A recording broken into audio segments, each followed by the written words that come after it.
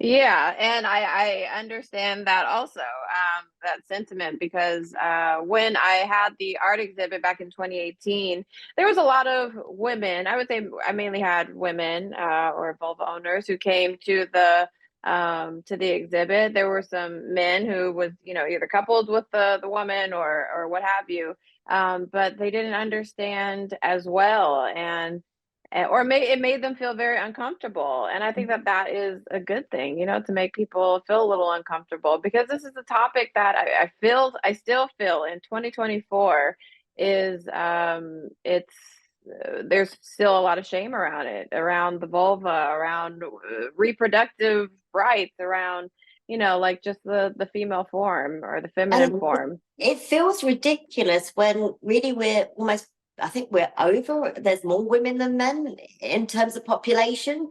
I don't, to me, it's just why is there shame around our bodies?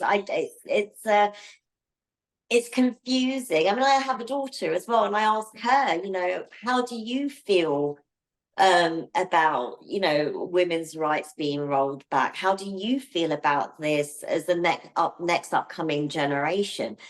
And it's shocking for her.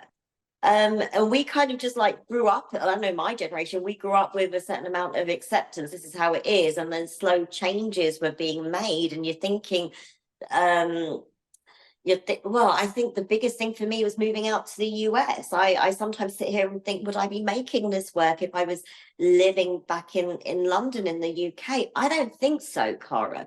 I think this is a product of the environment. This is a product of raising the next generation and empowering them.